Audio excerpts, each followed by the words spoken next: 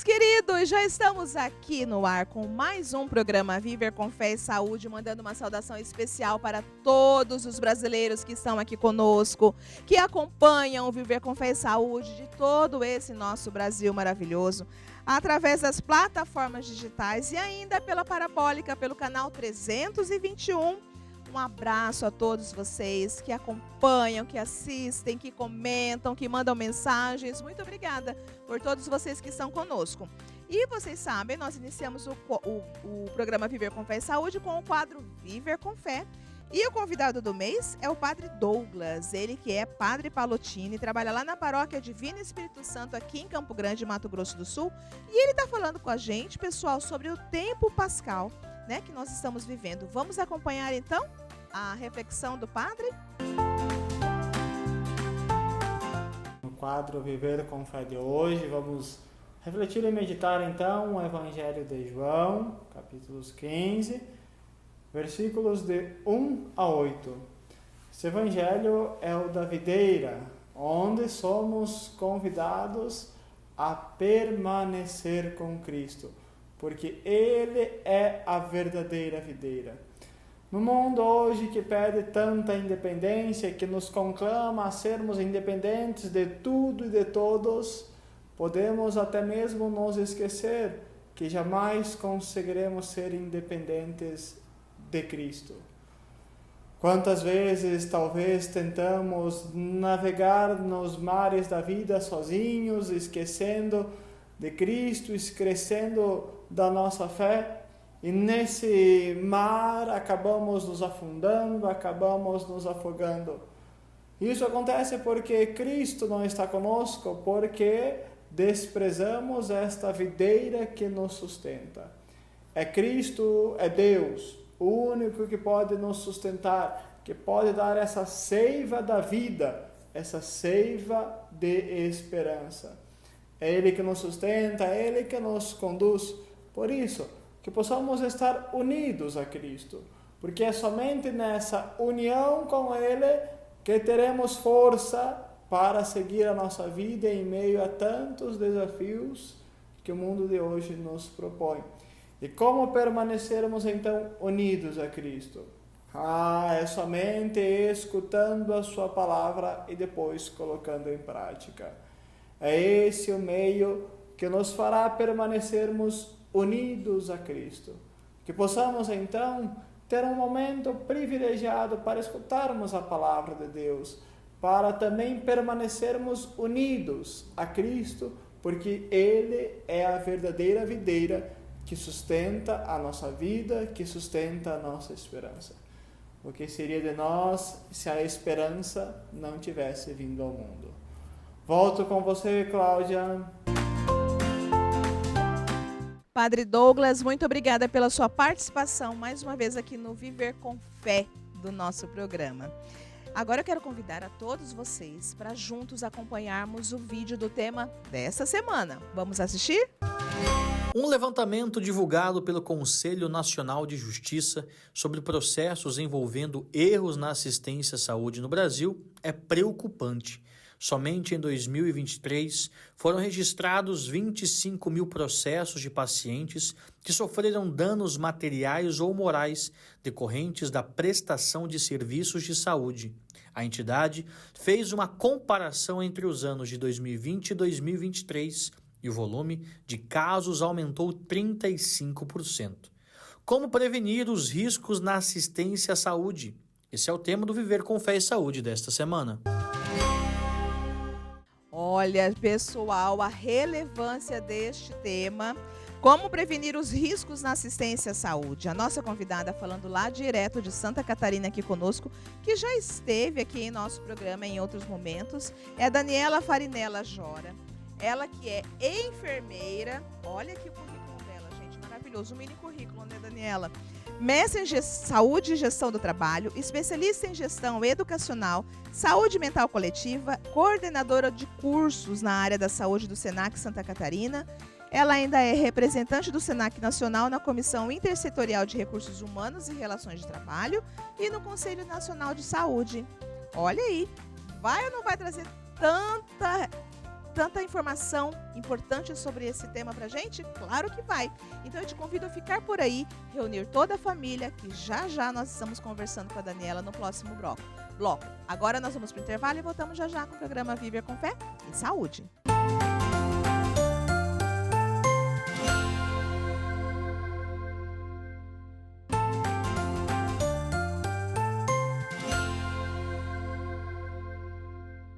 Estamos de volta aqui com o programa Viver com Fé e Saúde. Pessoal, a nossa convidada já esteve aqui em outros momentos no Viver com Fé e Saúde. Deu uma entrevista, assim, fantástica pra gente. Ela que está falando lá de Santa Catarina.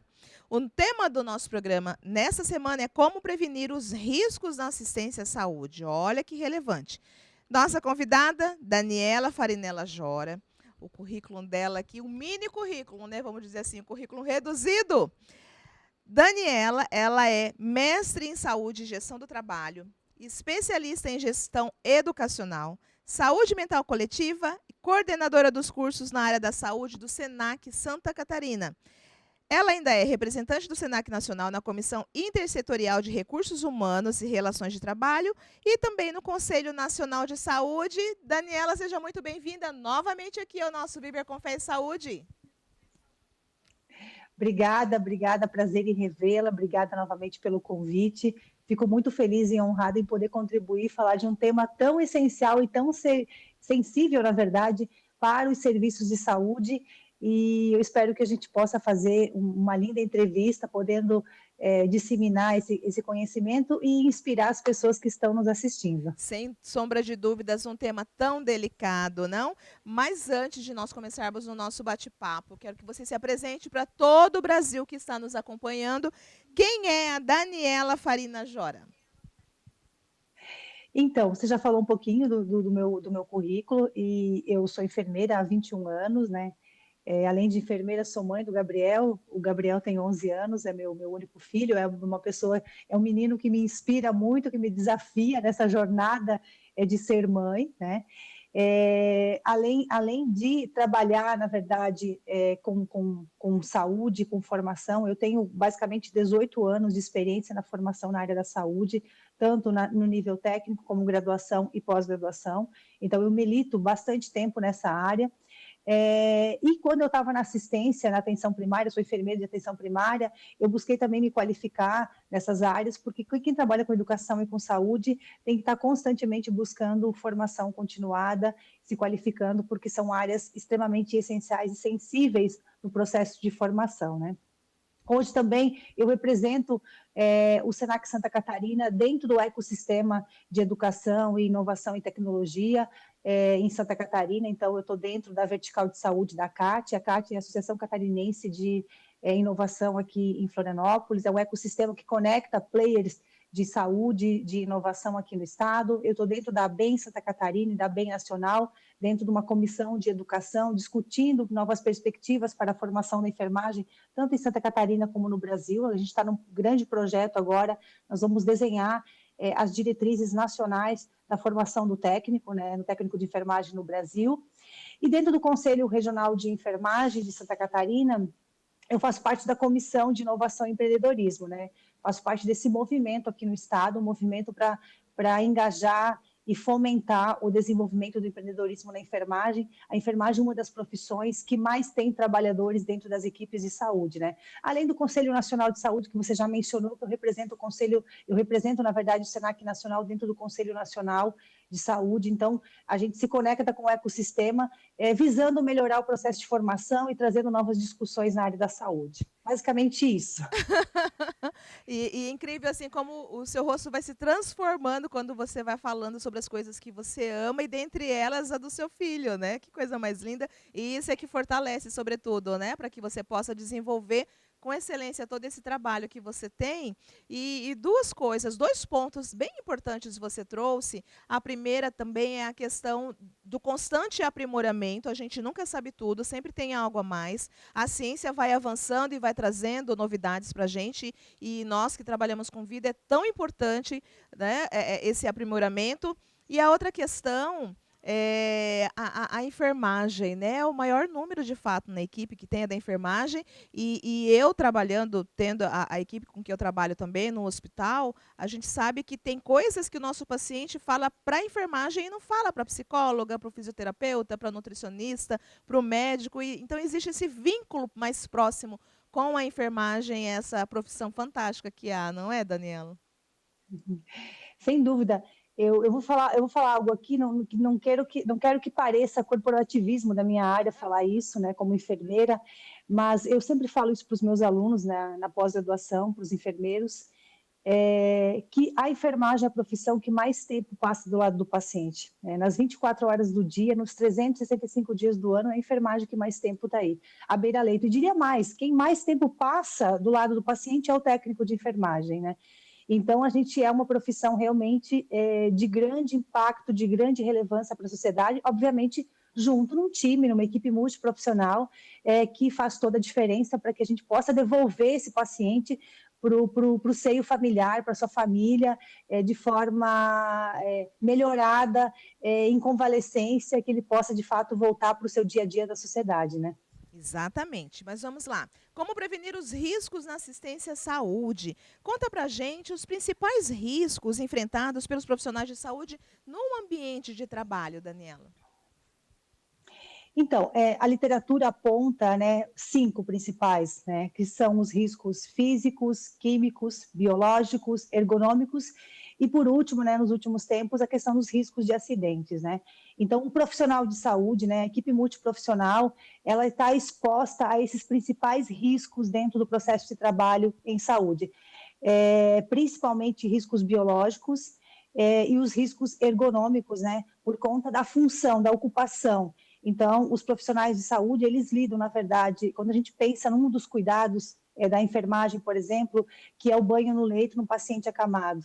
Então, depende da condição que aquele paciente está, sobrepeso, a gente não pode promover esse banho de forma individual por conta dos riscos ergonômicos que esse trabalhador terá. Então, esses são os principais riscos hoje que acometem o ambiente, a ambiência de trabalho das equipes multiprofissionais na área da saúde. E como que as instituições elas estão lidando com esses riscos relacionados à segurança do paciente? Então, o tema segurança do paciente, ele é um tema muito sensível e de responsabilidade de todos os profissionais dentro de um serviço de saúde público, privado, filantrópico, de clínicas, enfim. Ele é de responsabilidade de todos, né? Então, lidar com o risco é muito importante, sim, mas, sobretudo, trabalhar o desenvolvimento de ações que possam evitar esse risco, né? Então, o que eu quero falar com isso? A necessidade de a gente trabalhar protocolos do paciente é primordial, é essencial, né?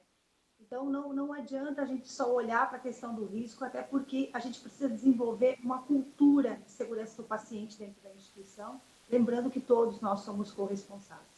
Então, quando eu falo todos somos corresponsáveis por isso, a equipe multiprofissional, mas também eu estou falando de paciente, de acompanhante, de responsável legal. Nós temos que mostrar para o nosso paciente, para o nosso usuário de saúde, que ele também faz parte desse processo. Quando a gente fala de cultura de segurança do paciente, não é só engajar toda a equipe dentro do serviço, né? É a gente também colocar esse paciente dentro do centro do cuidado e tornar ele corresponsável por esse processo, mostrar que ele também faz parte disso.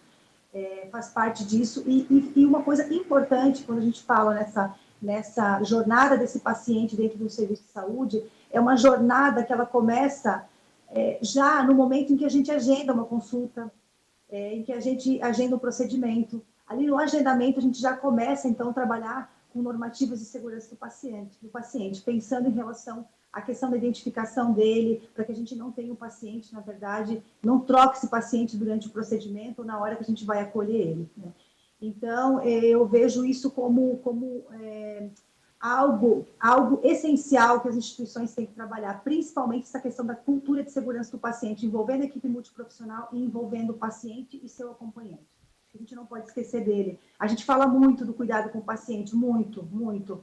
Mas esse paciente, na maioria das vezes, tem um responsável legal, um acompanhante que deve ser introduzido no meio desse contexto. Tá? Quem ganha com isso é o paciente em recuperação e nós, equipe de saúde. Exato, porque na verdade é um cuidar em conjunto, né? Com cada qual fazendo a sua parte, não, Daniela? E as medidas preventivas, as principais que são obrigatórias para reduzir esses erros em atendimentos de saúde e garantir a segurança desses pacientes, porque você trouxe para a gente que é todo um conjunto, né? Que a atenção não é voltada só a ele, porque tem o cuidador, o familiar que está ali em conjunto, né? E quais são as principais medidas obrigatórias, preventivas? São inúmeras, na verdade, né, dentro de um serviço de saúde. Mas eu queria ressaltar aqui para vocês que o tema segurança do paciente é um tema global, não é um tema só discutido no Brasil, ele é discutido em todo o mundo, na verdade, ele é um tema sensível. E aqui no Brasil, eu queria trazer para vocês uma linha do tempo, né? Nós estamos há 20 anos desenvolvendo, evoluindo, crescendo nesse tema, tentando trazer, na verdade, diretrizes e principalmente engajando os serviços para que possam trabalhar com ações de prevenção. Então, no Brasil, nós começamos por volta de 2000, o movimento, né, Segurança do Paciente começou por volta de 2004, com a Aliança Mundial de Segurança do Paciente. Em 2007, a Anvisa fez o primeiro workshop de segurança do paciente, fazendo uma formação mais específica para os multiplicadores nos estados. Em 2009, começam algumas legislações, algumas ISOs, algumas normas da BNT voltadas para a segurança do paciente. E o divisor de águas disso tudo foi em 2013. Então, são 10, 11 anos, quando a Anvisa, junto com o Ministério da Saúde, criaram a Portaria 529, que institui o Programa Nacional de Segurança do Paciente, e junto com ela a RDC 36, que institui as ações de segurança do paciente nos serviços de saúde. Então, o programa dá um norte para os estabelecimentos de saúde no Brasil de como que a gente deve se organizar e se configurar dentro dos nossos estabelecimentos. E a RDC 36, ela institui ações de promoção à segurança do paciente, melhorando a qualidade de vida desses pacientes, bem como a prestação de serviço. E junto com todo esse movimento, né, com a RDC e a portaria, vieram os 6 principais protocolos, né, que nós usamos hoje no Brasil.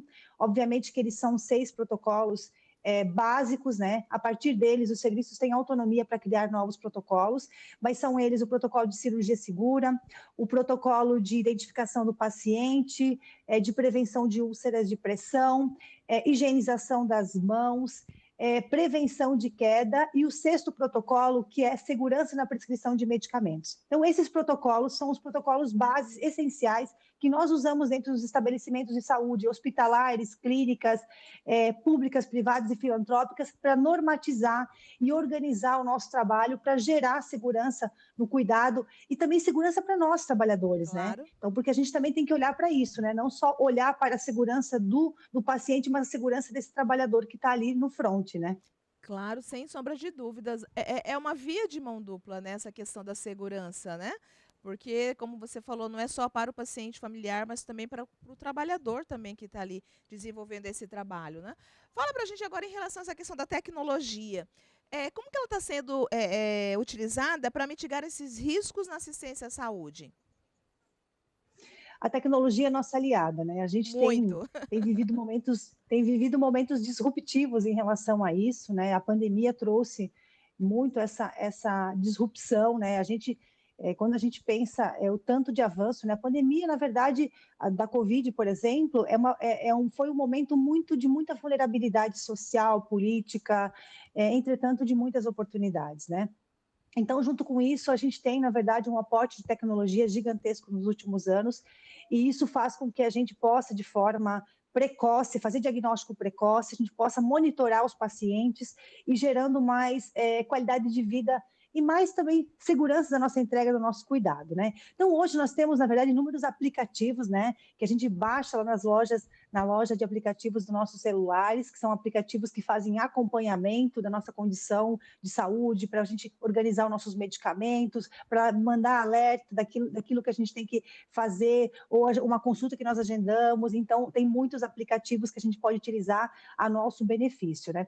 Além disso, por exemplo, hoje a telemedicina, né, que é uma modalidade de atendimento, eu falo telemedicina, mas nós temos hoje várias ocupações no Brasil de saúde que estão com legislação vigente, que pode fazer teleatendimento, manejo de paciente de forma online com soluções. A telemedicina, ela tem várias tecnologias hoje embarcadas na telemedicina, tá? Que são kits, na verdade, de tecnologia, que você pode fazer ausculta cardíaca, respiratória, verificação de pulso, verificação de pressão arterial, acoplado a essa cabine de telemedicina. Então, são tecnologias embarcadas para colaborar. Um exemplo é o smartwatch, né? Tá aqui, eu estou com o meu aqui, eu estou monitorando a minha saturação, minha frequência cardíaca, a minha qualidade de sono. Eu sou cardíaca, então ele me ajuda muito a manter a minha condição, os meus níveis controlados. Eu consigo identificar em que momento que eu tenho que dar uma diminuída no esforço da atividade física. A Alexia, por exemplo, tá? É uma tecnologia hoje de automação dentro da nossa casa, mas que colabora muito na questão de saúde. Então, você pode programar a Alexia para ligar para a emergência de um serviço quando a gente está precisando. Você programa a Alexia para ela te dar os horários dos seus medicamentos ou algumas informações de saúde. A cirurgia robótica, né, que está ali, né, gente, está se disseminando, procedimentos menos invasivos, com mais precisão, com menos perda de sangue, rastreabilidade de medicamento por tecnologia de QR Code, enfim, a gente tem, na verdade, inúmeras oportunidades. A tecnologia está a nosso favor. E, por último, agora a IA, né? A inteligência artificial, nos apoiando em tudo aquilo que você possa imaginar em relação a escrever, a mapear, a estudar, a definir protocolos, a escrever protocolos, entende? Não, isso não quer dizer que a gente não vai buscar referências científicas e materiais científicos, mas está aí uma inteligência que pode nos dar celeridade no nosso processo de construção. Então, a inteligência artificial, não só ela, mas a tecnologia como um todo, está a nosso favor, né? Quando eu penso hoje em analisar dados, por exemplo, dados que nós geramos na área da saúde, que são inúmeros dados, por exemplo, os dados em relação à notificação de eventos adversos em segurança do paciente. A gente acopla uma tecnologia ali, uma ferramenta, seja um Excel, um Power BI, e faz análises maravilhosas, né? Então, a tecnologia está a nosso favor e vai contribuir muito para salvar vidas e mitigar, na verdade, riscos e danos ao paciente e ao trabalhador de saúde, né? A gente tem que ter cada vez mais esse olhar ampliado acerca da questão da tecnologia, não, Daniela? Porque muitas coisas se falam, porque atrapalha, enfim, mas é a gente usar de uma forma sábia. Se é um recurso a mais para a gente poder favorecer, sobretudo nesse cuidado, por que não, né? Sim, sem dúvida, sem dúvida. A gente tem que olhar isso como uma oportunidade, né? Como uma oportunidade de saber dosar isso, né? Porque tudo que é em excesso também causa prejuízo, né? Mas hoje, por exemplo, vou dar um exemplo, outro exemplo, na verdade. A gente já pode fazer reabilitação de pacientes com um acidente vascular encefálico, por exemplo, com óculos de realidade virtual. Já tem vários fisioterapeutas no Brasil testando isso já. Então, existem inúmeras possibilidades. Então, acho que a gente tem que, na verdade, olhar isso como um leque de oportunidades e adaptar isso para o cotidiano do nosso trabalho e pensar que quanto mais a gente embarcar tecnologias que favoreçam o processo de tratamento, de convalescência, mais tempo a gente vai ter para olhar para o paciente, para cuidar dele, para conversar com ele. Então, a tecnologia está a nosso favor. Sem dúvida alguma. Mas aguarda um minutinho aí que já já nós voltamos a conversar, tá bom? Porque nós precisamos ir para um breve intervalo e já já voltamos com o programa Viver com Fé e Saúde.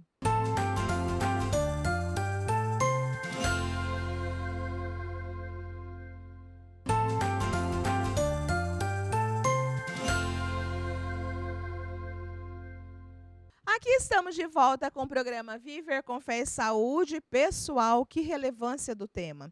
Como prevenir os riscos na assistência à saúde? A nossa convidada é a enfermeira Daniela Farinella Jora. Ela está falando com a gente lá de Santa Catarina. Faz um trabalho belíssimo em relação, sobretudo, à questão da educação, né? É professora. E assim, trouxe várias informações já relevantes no bloco anterior, Daniela, mas conta pra gente agora, em relação a essa questão da cultura de segurança, como que ela pode ser promovida dentro das instituições e conta também pra gente, esclarece pra gente também em relação a esses riscos emergentes na assistência à saúde, como é que eles estão sendo desenvolvidos atualmente? Então, a cultura de segurança é um tema hoje essencial, necessário e de grandes desafios dentro dos serviços de saúde, né? Ele é um requisito essencial, na verdade, para evitar ocorrências, né, de incidências de eventos adversos e novos eventos adversos dentro do processo de trabalho. Então, por meio, né, do gerenciamento de risco, é que os profissionais comunicam os erros, aquilo que acontece no processo de trabalho, e de forma proativa, né, eles podem redesenhar processos, fluxos, para poder prevenir esses incidentes e causar menos danos, né, ao nosso paciente, ao nosso acompanhante, numa conjuntura de assistência, né. E aí, para a gente implantar a segurança do paciente, para a gente implantar a cultura de segurança do paciente dentro do serviço de saúde, a gente precisa trabalhar e desenvolver algumas ações que são primordiais. Eu queria compartilhar aqui com vocês 5 delas que eu acho importantíssimo para a gente fomentar e desenvolver essa cultura, Tá. que é unir os esforços, né? Que é unir os esforços para elaborar um plano de segurança do paciente, análise desses riscos, né? Então, a gente poder notificar aquilo que não está legal, que está errado, que é um evento adverso, notificar, e a partir dessa notificação você fazer análises com ferramentas, seja no Excel ou no Power BI. Treinamento da equipe é essencial colocar a equipe multiprofissional, eu diria todos os atores dentro do serviço de saúde no mesmo patamar de comunicação, de informação, no mesmo nível de entendimento do que é cultura. Reconhecer os bons comportamentos, aquela pessoa que cometeu um evento adverso, que está sendo humilde, que está ali notificando, reconhecer isso como uma boa prática para que a gente possa melhorar esse processo e corrigir os erros, né?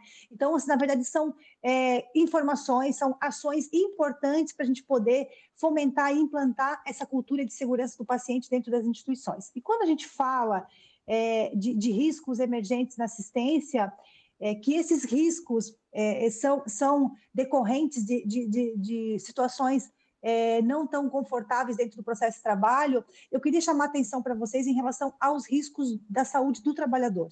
Se o trabalhador de saúde não estiver bem, ele é um potencial que pode causar um risco para a saúde desse paciente e dele mesmo, Exatamente. né?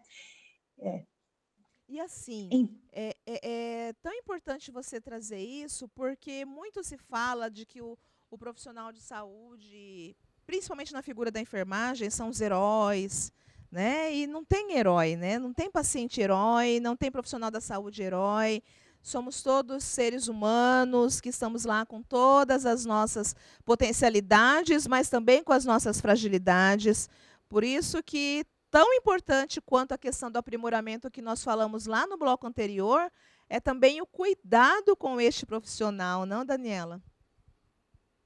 Sem dúvida. Eu estava agora nas últimas semanas lendo um artigo da Agência Europeia de Segurança do Paciente falando, né, dos principais situações, né, que levam, na verdade, os trabalhadores a cometer eventos adversos, né, porque fazem parte desse contexto como um todo. E fala dessa questão da sobrecarga de trabalho, dos locais insalubres, da questão da infraestrutura, das condições de não ter dimensionamento das equipes. Isso leva a situações de transtornos, de depressão, de ansiedade, que isso vai, a médio e longo prazo, vai acometer, na verdade, o cuidado, causando prejuízos, não só para o trabalhador, mas também para o paciente que está ali sobre os cuidados deles. Então, para mim, assim, os riscos são inúmeros, na verdade, a tecnologia está a nosso favor, mas também, né, quando a gente fala em nanotecnologia, em biotecnologia, elas são situações de processo que podem causar riscos e danos à saúde desse trabalhador, as condições de trabalho que eu já mencionei, jornadas excessivas, turnos excessivos, sai de um plantão e vai para o outro, não consegue descansar. E uma coisa importante também que tem acontecido muito aqui no Brasil é a terceirização dos serviços de saúde, de alguns serviços, de algumas células de trabalho dentro de uma empresa de saúde e contratos temporários. Isso também tem sobrecarregado as equipes e tem levado, na verdade, a um estresse, a uma ansiedade, causando distúrbios de saúde mental desses trabalhadores. Então, isso... Tanto é que antes da pandemia nós já considerávamos uma epidemia a saúde mental, e agora, depois da pandemia, isso só se evidenciou. E assim, falando em pandemia, como que você traz para a gente, como que você está enxergando esses sistemas de saúde, a forma como eles estão se preparando para lidar com essas crises, emergências, pandemias, Daniela? Então, a pandemia mostrou, né, trouxe oportunidades para a gente e mostrou principalmente as nossas lacunas, as nossas fragilidades, né? Mostrou o quanto que nós não estamos preparados para lidar com uma pandemia, né? enquanto não só enquanto sistema de saúde, enquanto ecossistema como um todo, né?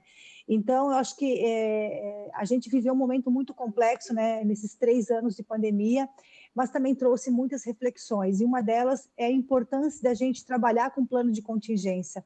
Então, os serviços se preparar com plano de contingência não só para a pandemia, né, gente? Para plano de contingências de outras situações que podem acontecer. Sim. Eu estou falando aqui da pandemia porque foi o que a gente viveu, né? Mas os serviços têm que pensar, não só os serviços de saúde, né? Os serviços, as instituições que estão dentro de uma abrangência, de uma área da abrangência da qual a gente vive, tem que pensar em planos de contingência, porque muitas coisas podem acontecer.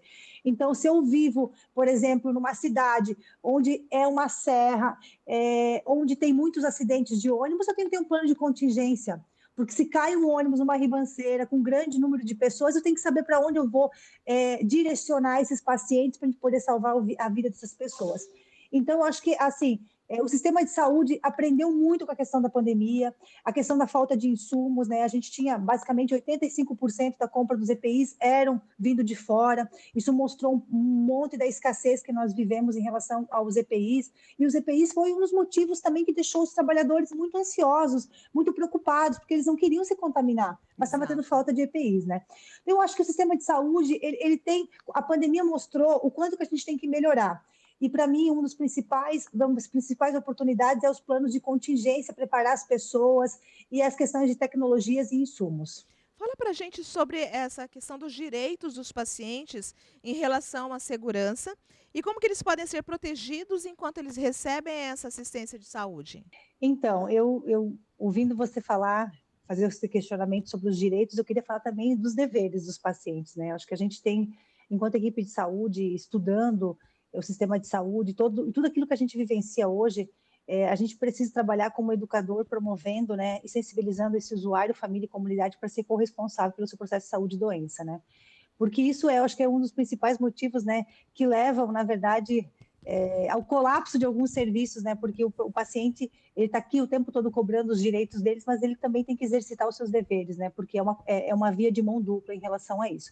Quando eu falo de direitos do paciente, eu acho que se a gente está trabalhando dentro de uma perspectiva, de uma cultura de segurança do paciente dentro dos serviços de saúde, a gente já quer promover para esse paciente espaços mais seguros e livres de danos, né? Para isso acontecer, a gente precisa qualificar as pessoas, qualificar e também promover educação continuada, educação permanente, né? Porque não adianta a gente fazer um curso e achar que comunicou de uma vez, isso vai ser o suficiente. Não, a gente tem que constantemente trabalhar com essas reciclagens, recomunicar, comunicar novamente para a gente poder realmente implantar essa cultura de segurança para promover esses lugares, esses ambientes seguros para o paciente. Comunicar o paciente, acompanhante responsável legal, acho que é um dos seus direitos, da jornada que ele está vivendo dentro do serviço de saúde, dos locais que ele vai passar, dos procedimentos que ele vai fazer, é um dos direitos deles. E a comunicação assertiva, é a gente se comunicar de forma que, de fato, ele entende. Não falar termos técnicos com ele, porque ele não entende termos técnicos, é falar uma linguagem que, de fato, ele entenda. E a gente traçar uma linha de comunicação que, de fato, a gente vai entender, usando metodologias para dizer assim, ó, realmente ele entendeu esse cuidado, ele ganhou um plano de alta, ele realmente está entendendo. E aí, quando eu falo em deveres, é o papel nosso, de equipe de saúde, de mobilizar, de sensibilizar, de comunicar, de tornar ele o protagonista desse processo também, de mostrar que ele é corresponsável. Então, não adianta eu aqui, sistema de saúde, promovendo o máximo de medicamentos, de exames, de cuidados, se ele não faz a parte dele, de tomar o medicamento no horário certo, de praticar esporte, de reduzir sal, de reduzir cigarro, enfim.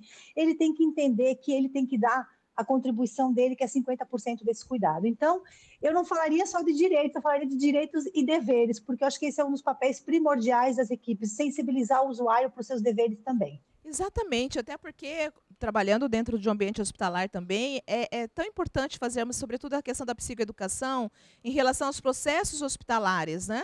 Naquele momento em que ele tem que ficar em jejum porque ele precisa fazer um exame e ele teima que ele quer beber água, que ele quer comer alguma coisa porque ele está com fome. Ele precisa entender esse papel também, né? E nós, cá que estamos, eu costumo dizer assim, sabe, Dani, para os colegas, nós escolhemos estar dentro do ambiente hospitalar, nós escolhemos ser da área da saúde, o paciente não escolheu estar dentro do hospital. né? Então, se ele pergunta, cabe ao nosso papel responder, responder. E para isso é bem aquilo que você tinha falado até anteriormente em relação à questão, né, dos cuidados com esse profissional de saúde. Nós sabemos que ele pode perguntar várias vezes, até porque ele está passando por aquele processo, sobretudo, do medo, né, da questão da hospitalização e tudo mais. Então, ele pergunta, nós estamos lá exatamente a responder. Agora, fala para a gente sobre esses desafios éticos enfrentados pelos profissionais de saúde quando se lida principalmente com as questões de situações de risco. Eu acho que o maior dilema ético disso tudo é a segurança do trabalhador. Um dos maiores, na verdade. Eu diria talvez o principal. Porque quando a gente está em qualquer situação de risco, seja, vamos pensar numa situação de um acidente, né? Quando a gente chega na cinemática de um acidente, a primeira ação que nós temos enquanto trabalhador de saúde, enquanto profissional, é a gente identificar se não tem risco para a nossa saúde. Porque senão vai ser mais uma pessoa ali na cena do acidente tendo que receber assistência, né? Então, eu acho que um dos principais dilemas é a questão da segurança desse trabalhador. E a pandemia trouxe isso, né, gente? Não sei se vocês devem ter ouvido, mas eu ouvi de muitos colegas, tá? Muitos colegas que passavam, às vezes, horas e horas sem beber água nos plantões que estavam trabalhando, para não precisar tirar a máscara, para não precisar ir ao banheiro, tá? E eu, no meio da pandemia, fui fazer um projeto no Paraná, num hospital, e fui entrevistar pacientes na aula Covid. Eu também fiz isso. Eu entrei toda paramentada, e eu entrei já emocionalmente preparada que eu não ia tirar a máscara naquele período que eu ficasse lá dentro entrevistando os pacientes, que eu não queria me colocar em risco, né? Então, a pandemia trouxe muito essa questão da identificação, e eu ouvi isso de muitos colegas, né? Então, para mim, acho que um dos principais pontos é essa questão da segurança do próprio trabalhador em relação ao cuidado. É tão importante você trazer isso também, porque as pessoas, que nem eu falei agora há pouquinho, acham que o profissional de saúde é máquina, né? E aí, além do mais, tem aquela questão que nós falamos em relação aos EPIs que eram reduzidos, né? Então, não dá para ficar paramentando, aí depois precisa beber uma água, tira a máscara, e daí é já outra máscara. Então, todo esse olhar diferenciado é importante, sim, mas sem aquela questão de que ele é uma máquina que está lá e não tem também a sua emoção, que nem você falou, eu já fui preparada, inclusive, emocionalmente falando, né, psiquicamente falando, que eu não ia tirar a máscara. Então, é uma via de mão dupla, na verdade, essa questão do cuidado, não, Daniela? Sem dúvida, sem dúvida. Essa questão da corresponsabilidade, né? Essa questão de entender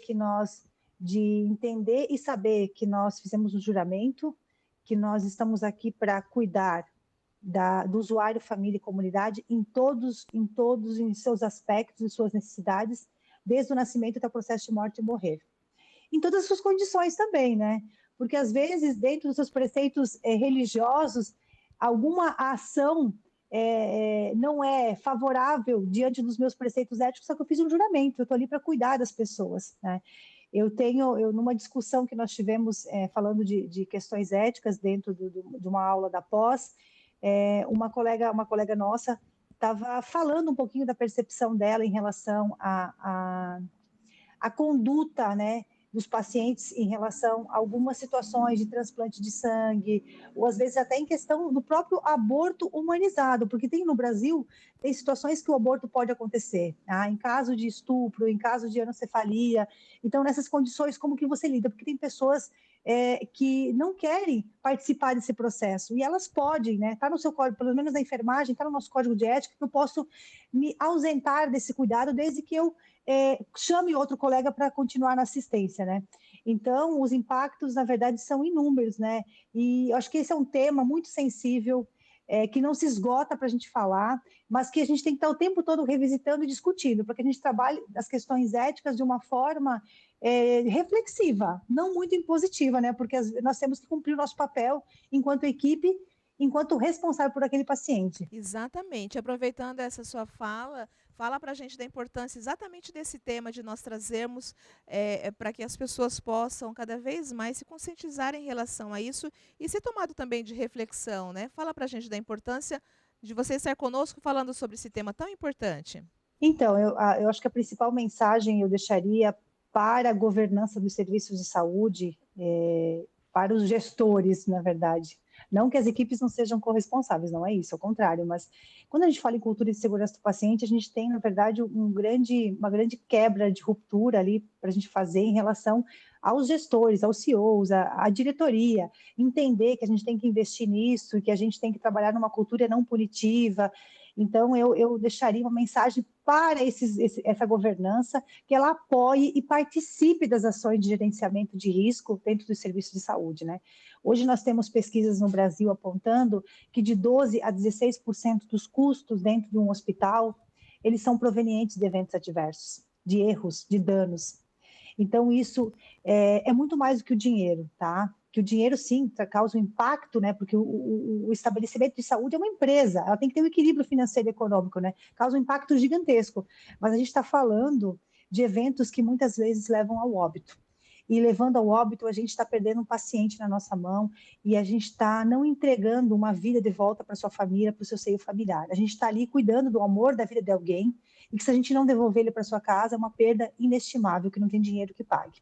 Então, acho que minha mensagem principal em relação a isso era sensibilizar a governança dos serviços para que ela nos apoie, porque às vezes a gente, enquanto núcleo de segurança do paciente, enquanto equipe cuidando de qualidade, né, trabalhando esse tema, a gente tem que fazer muita quebra, muitas barreiras para poder atingir o que a gente precisa e principalmente engajar os trabalhadores de saúde. Essa seria a minha mensagem principal. Daniela Farinella Jora, como prevenir os riscos na assistência à saúde, ela que é enfermeira. Querida, gratidão mais uma vez pelo seu sim aqui à TV Imaculada. Ao Viver com Fé e Saúde, você sabe que nós estamos aqui disponível para o tema que você também achar relevante, trazermos para a comunidade poder te ouvir e refletir sobre tudo. Muito obrigada mais uma vez por estar aqui conosco. Deus te abençoe cada vez mais no seu cuidado, no seu fazer, viu? Obrigada pelo convite, pela oportunidade. Eu espero que o assunto ele seja um assunto que toque o coração das pessoas que nos assistem na TV e, principalmente, na condição de paciente dessas pessoas que nos assistem, possam, na verdade, observar o atendimento, questionar os profissionais de saúde e participar desse cuidado, porque isso vai ajudar a reduzir eventos adversos e danos no momento de internação ou de um atendimento em saúde. Eu que agradeço imensamente. Gratidão, querida. Um abraço. Vamos para o intervalo? Voltamos já já com o programa Viver com Fé e Saúde.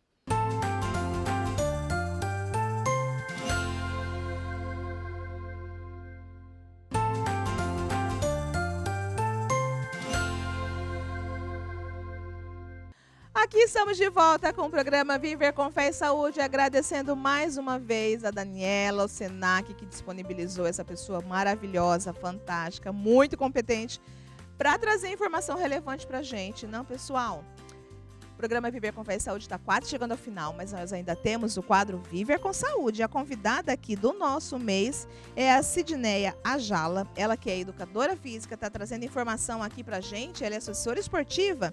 Como é que são as dicas de que nós podemos nos preparar para correr uma maratona? Ai, ai, ai, vamos acompanhar?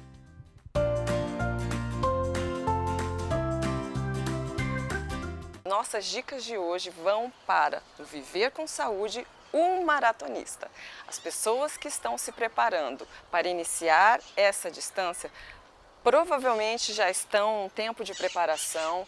E o que a gente deve falar para ele em relação à sua alimentação? Fazer a ingestão de carboidrato para aumentar o aporte do glicogênio muscular.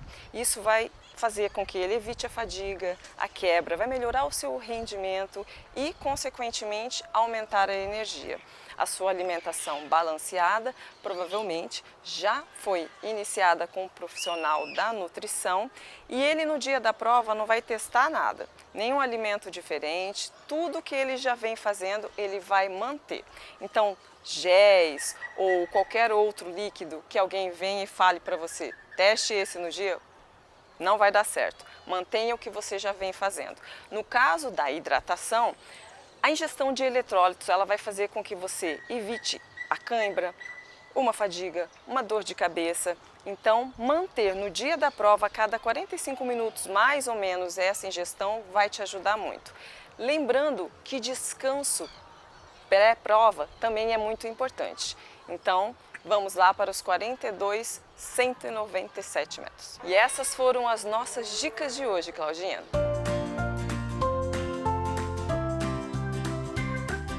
Sidneia Jala, muito obrigada mais uma vez pelas suas dicas aqui no nosso quadro Viver com Saúde. Tão importante, né? Até eu tô de olho nas dicas que você tá deixando pra gente. Muito obrigada. Pessoal, programa Viver com Fé e Saúde, agora sim, tá chegando ao final. Quero dizer para você que chegou agora, pode acompanhar nas reprises que acontecem no decorrer da semana aqui na TV Imaculada ou também nos acompanhar no canal do YouTube. Você ainda não é inscrito no canal do YouTube? Rede Imaculada de Comunicação. Clica lá em inscrever-se, curte, comente, compartilhe. Se você gostar do programa, eu tenho certeza que você vai gostar.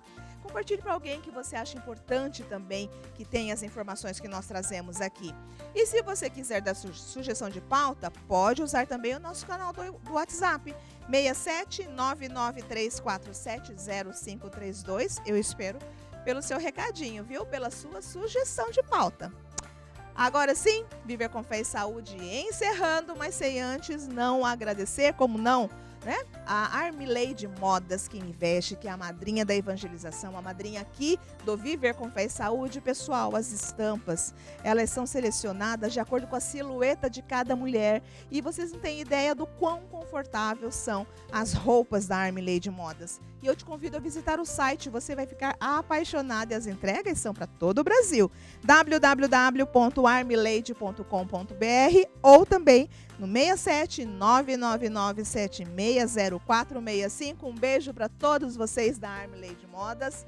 E encerrando o programa, agradecendo a Mãezinha do Céu mais uma vez por mais um programa abençoado, produtivo, cheio da graça de Deus, assim como eu desejo que seja a sua semana também. Um beijo no coração de todos, te cuidem e salve Maria Imaculada!